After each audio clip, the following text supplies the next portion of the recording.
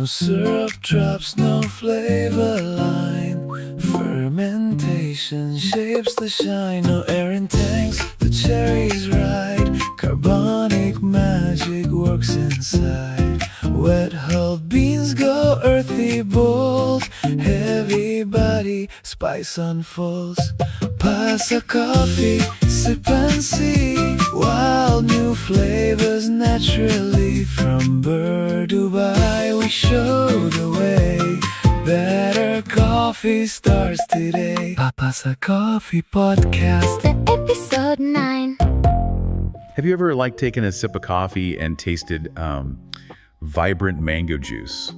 Or maybe, crushed red berries. Yeah, exactly. Red berries, or even warm cinnamon, or a heavy red wine. Right, and knowing absolutely no syrups or flavorings were added to the cup. Exactly. It's wild. It completely challenges everything you think you know about, your simple morning routine. Oh, it really does. It's a profound shift for anyone used to just a standard dark roast diner coffee. Right. So today we are doing a deep dive into how farmers are engineering these flavors. And they're doing it entirely naturally, without a single artificial additive. Which is just mind-blowing if you have a traditional bitter brew in your hand right now. I know. I mean, the idea that a coffee seed can just inherently taste like tropical fruit or bubblegum seems almost impossible. But understanding the processing, so how that seed is actually removed from the fruit, that is the skeleton key to understanding the flavor. And to guide us through this, our insights today come from the educational curriculum of PASA Coffee. Yes, PASA Coffee. All right, that's pronounced with 2 syllables, PASA.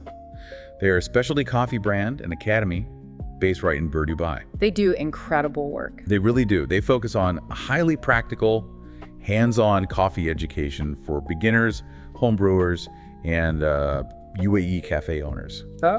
So we're going to use their framework today to unlock the wild world of experimental processing. Which is just a massive topic. I mean, it's huge. It really is. But before we jump into the experimental side, we have to establish a quick baseline, right? Yeah. Like the classic methods PASA teaches. Right, the foundations. Yeah. So every coffee bean we roast is actually the seed of a cherry. Which people forget. All the time. And the farmer's primary job is just removing that seed from the fruit without ruining it. So we generally have 3 foundational ways to do that, right? Yeah, the classics. You've got the washed process, which completely removes the fruit right away. And that leaves you with a very clean, bright, acidic cup. Exactly. Then the natural process leaves the seed inside the whole fruit while it dries in the sun. Which creates that sweet, heavy, berry-like flavor. Right, and then the honey process kind of sits in the middle. It strips the skin, but leaves a sticky layer of fruit mucilage on the seed. For a more balanced, rounded paste. Okay, let's unpack this, because those classic methods are essentially dictated by how much fruit contact you allow the seed to have, right? Right, while it dries. But experimental processing, it completely changes that whole paradigm. How so? Well, farmers aren't just deciding whether to leave the food on or take it off anymore. They are asking, what if we manipulate the invisible variables? Invisible variables. Yeah, so they're tightly controlling oxygen, they're monitoring temperature down to the degree, altering pressure, tracking time, all to physically shape the fermentation process. Oh, wow.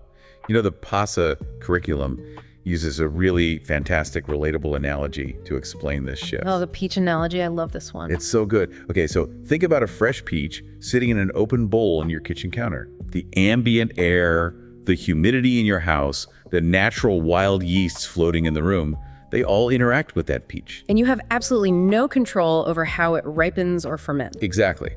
But now imagine taking that exact same peach and placing it inside a sealed, climate-controlled container. Where you dictate the exact temperature and gas levels. Right. The biological reactions inside that sealed container are going to be fundamentally different. Completely different, because in an open-air natural process, wild yeasts and bacteria, they consume the sugars in the coffee fruit really rapidly. Right, which produces acetic acid. Yeah, and if you leave that unchecked, it just turns into vinegar. Nobody wants vinegar coffee. No, definitely not. But in a highly controlled environment, farmers can suppress those wild, unpredictable elements. So they basically encourage specific bacteria to thrive instead. Exactly. Which completely alters the chemical makeup of the final seed. But I think it's really important to establish here that experimental doesn't automatically mean better. you know? Oh, absolutely not. That's a huge misconception. Right. Because a beautifully executed classic washed coffee can be an absolute masterpiece. Oh, 100%. Meanwhile, if you push a controlled fermentation too far, you cross the line from a beautiful tropical fruit profile into something that tastes like a rotten compost bin. Yeah. The risk factor is enormous for the farmers. I can imagine. I mean, these experimental coffees usually come with much higher price tags, and it's not just clever marketing. Right, they have to buy all that gear. Yeah, the expensive stainless steel tanks, the scientific monitoring equipment, the intense labor, it all adds up. And they're doing this in small, highly valuable lot sizes, right? Exactly. If a farmer miscalculates the temperature in a sealed tank by just a few degrees, they can ruin an entire batch of their premium harvest. Wow. That's stressful. So let's actually look at the biology of the method that is really dominating specialty menus right now. Anaerobic processing. Yes.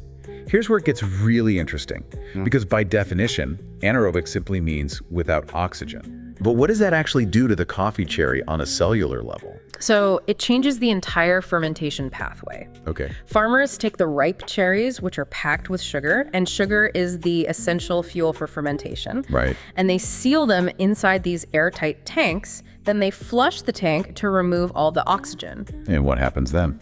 Well, when you deprive natural yeasts and bacteria of oxygen, they shift from aerobic respiration to anaerobic fermentation. Oh, and this is where the chemistry gets fascinating. Because the oxygen-loving bacteria are suppressed, right? Exactly. So lactic acid bacteria start to dominate the tank. Wait, lactic acid, isn't that the same kind of bacteria used to ferment yogurt or like sourdough bread? It is. It's exactly the same family. So instead of those sharp vinegary acetic acids, the lactic acid creates this incredibly creamy, complex, and just intensely fruity environment. Wow.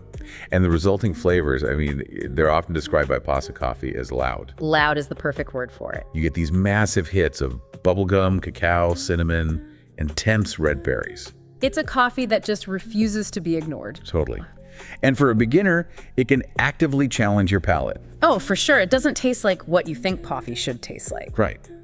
Now, I want to clarify something that causes a lot of confusion, even for seasoned coffee drinkers. Okay, what's that? I see the terms anaerobic processing and carbonic maceration used almost interchangeably on cafe menus. Ah, yes. I mean, both use seal tanks, both limit oxygen, and both create those loud fruit flavors. Right. But if I understand the PASA curriculum correctly, carbonic maceration is a very specific, strict technique, right? Like borrowed from the Beaujolais wine region in France. Yeah, that is a crucial distinction. What's fascinating here is that anaerobic is the broad family category. Okay. So any tank without oxygen falls under this umbrella. But carbonic maceration, or CM, is a highly specific method within that family. So what makes it different? The defining rule of CM is that the coffee cherries must go into the tank completely whole and intact. Well, they don't mash them up at all. Not at all. And then the tank is intentionally pumped full of carbon dioxide gas. Okay, so because the skin of the cherry isn't broken, the external yeasts can't easily access the sugars inside the fruit. Exactly. So the CO2 actually forces the fermentation to happen from the inside out, right? The enzymes basically break down the fruit from within. Yes. It's called intracellular fermentation. Intracellular, okay. Because the fruit is suffocating in CO2, the living cells of the cherry actually begin to consume their own sugars to survive. Wow, that's intense. It is, and it breaks down malic acid in the process. This internal breakdown creates an entirely different flavor profile than just standard anaerobic fermentation. So while a general anaerobic coffee might give you heavy, spicy, or creamy notes, that inside-out carbonic maceration process creates flavors that are like highly perfumed and vibrant. Very tropical. Yeah, it literally gives the coffee a sparkling, lifted quality, almost like a fizzy candy or sparkling wine. Exactly.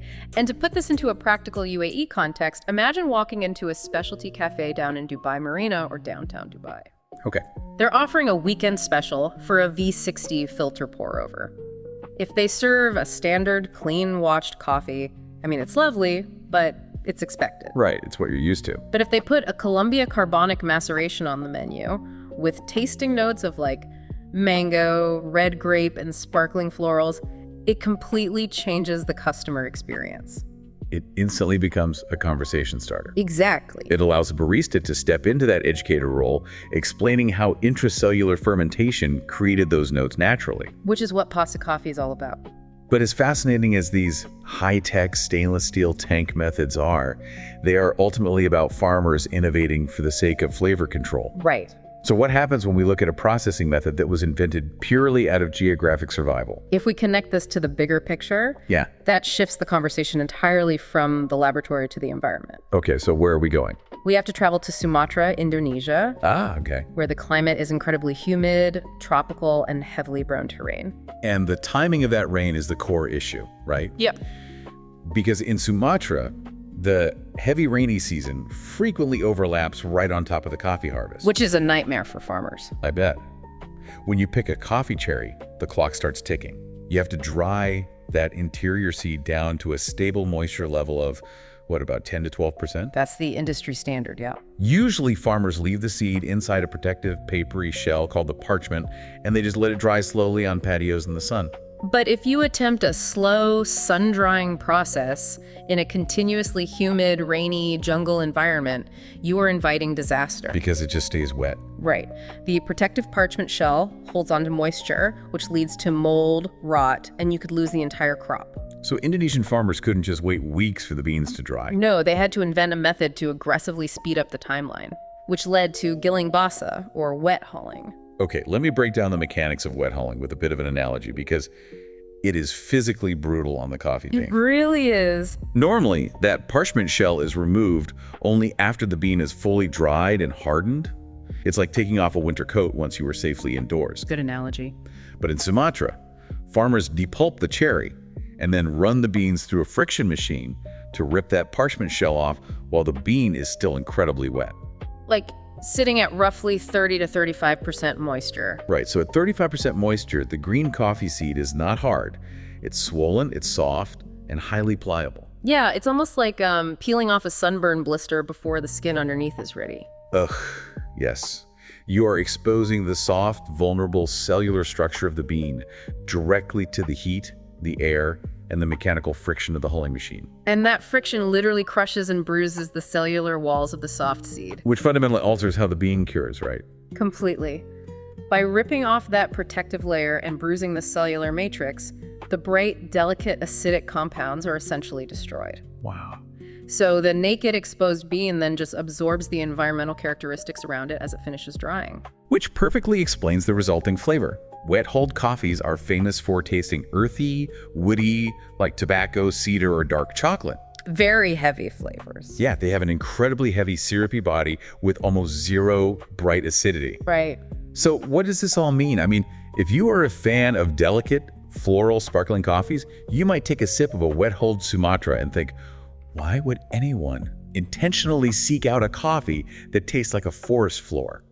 Right. And that brings us right back to the practical reality of the cafe scene that PASA Coffee trains its students for. Okay, how so? Think about the dominant orders in modern cafes, especially in the UAE. Flat whites, iced lattes, cappuccinos, the incredibly popular Spanish latte. Yeah, milk drinks. Exactly. These are heavy milk drinks. If you take that delicate, sparkling carbonic maceration coffee we just talked about and drown it in 6 ounces of steamed milk, The coffee completely vanishes. poof, gone. You don't taste the tropical flowers, you just taste warm milk. Because the delicate acids and florals just can't penetrate the dairy fats. Exactly. The structure is too fragile. But a heavy, spicy, earthy, wet-hulled Indonesian coffee. Oh, that has massive shoulders. Yes, it provides a rich, dark chocolate and tobacco base that pushes right through the milk. It holds its own whether you use dairy, oat milk, or sweet condensed milk. That is so cool. It really reframes the entire concept of coffee quality. It does. Because the lesson for a beginner isn't just asking, is this coffee good? It's asking, what is this coffee good for? Exactly. Is it designed for a delicate V60 filter experience? Or is it engineered to be the robust backbone of a milk-based espresso drink? And this is a core pillar of PASA Coffee's philosophy. They firmly believe that while better beans absolutely matter, it is better brewing that actually makes those beans shine. Right. You cannot just buy an expensive bag of anaerobic coffee, throw it in a cheap blade grinder, and expect a miracle in your cup. No, definitely not. You actually have to know how to navigate the flavors. Which brings us to a really practical exercise. I love this part. Yeah, if you were listening to this and want to train your palate without feeling intimidated, PASA recommends setting up a simple side-by-side tasting at home. It's so easy to do. You just need 3 coffees, 1 classic washed coffee, 1 anaerobic or carbonic maceration, and 1 Indonesian wet-hulled coffee. And when you brew them next to each other, you create 4 mental columns to evaluate what you're experiencing. Okay, column 1 is aroma. Right. So before the liquid even touches your lips, what are the aromatic compounds telling you? And column 2 is acidity. Is it low and flat, medium and juicy, or sparkling and bright like lemon juice? Column 3 is body. This is all about weight and texture. Like, does the liquid feel thin and light like water, or thick and heavy like heavy cream? Exactly. And column 4 is the best part, flavor memory. Yes, you do not need a pretentious certified flavor wheel for this. Just trust your own brain. Seriously, does a sip trigger a memory of eating a specific childhood candy? Or does it smell exactly like the soil in your garden right after a heavy rainstorm? Naming those flavor memories takes all the pretension out of specialty coffee. It really does. But as you start exploring these different processes, there are 4 major beginner traps we need to point out. Yes, let's talk about the traps. The first one we touched on earlier, thinking the flavor is artificially added. Right. When you taste intense strawberry in your cup, it is a byproduct of the biological fermentation, not a pump of syrup. Exactly. The second trap is assuming all anaerobic coffees are inherently funky or wildly fermented. Yeah, this is a big one. Because anaerobic simply means without oxygen, a master farmer can actually use that sealed tank to create an incredibly pristine, clean, and sweet coffee. It just entirely depends on the temperature and time variables they choose, right? Exactly. Anaerobic is a tool, not a single guaranteed flavor. Okay, so the third mistake is believing that wet hulling is a defect. Right, because if you love bright, acidic coffees, a wet-hulled Sumatra might initially taste completely wrong to your palate.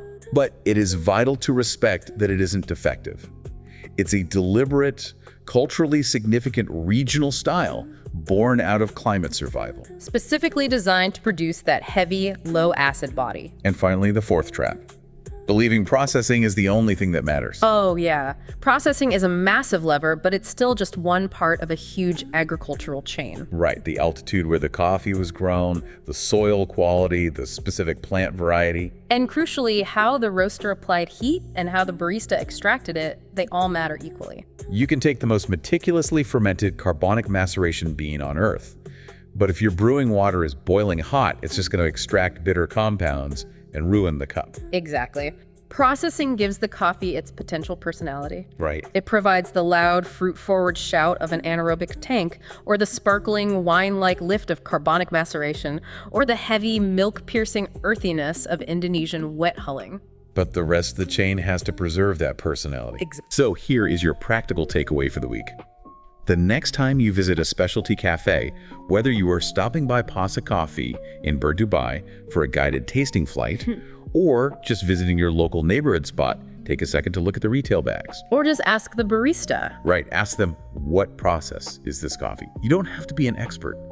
Just asking that simple question will completely open up your appreciation for the science inside your cup. It really will. And we should leave everyone with one final thought to mull over, especially connecting back to what we learned about Sumatra. Oh, this raises an important question. Yeah. We saw how a challenging, rainy climate forced the invention of the wet hulling method just to save the harvest. Right. But today, traditional coffee-growing regions are dealing with shifting global climates. Right. Unprecedented droughts, unpredictable rainfall, severe temperature swings. It's a real crisis. It is. So as the environment becomes harder to control, what entirely new, undiscovered processing methods will farmers be forced to invent next, purely to survive? Wow, the idea that the next great flavor profile might be born strictly out of climate adaptation is a massive thought to chew on. It really is. And it perfectly sets up where we are heading next. In our next deep dive, we are taking the logical next step in the journey. Because we've grown the cherry, we've manipulated the fermentation, and we've dried the seed. Next, we enter the roastery to add fire. Yes. We're going to explore how roasting physically transforms these dense green seeds into brittle brown beans, and why light, medium, and dark roasts behave so radically differently when you brew them. The roastery is where all the cellular potential we just mapped out is finally unlocked. I can't wait. Until then, the next time you take a sip and naturally taste mango, cinnamon, or red wine, remember that it isn't magic. It's biology. It is survival. And it's a little bit of highly controlled chaos inside a sealed tank. Keep tasting, keep asking questions, and we will catch you on the next deep dive. No syrup drops, no flavor line. Fermentation shapes the shine. No air in tanks, the cherries ride. Carbonic magic works inside. Wet hulled beans go earthy, bold. Heavy body, spice unfolds. PASA Coffee, sip and see. Wild new flavors naturally. From Dubai, we show the way. Better coffee starts today. PASA Coffee Podcast. Episode 9.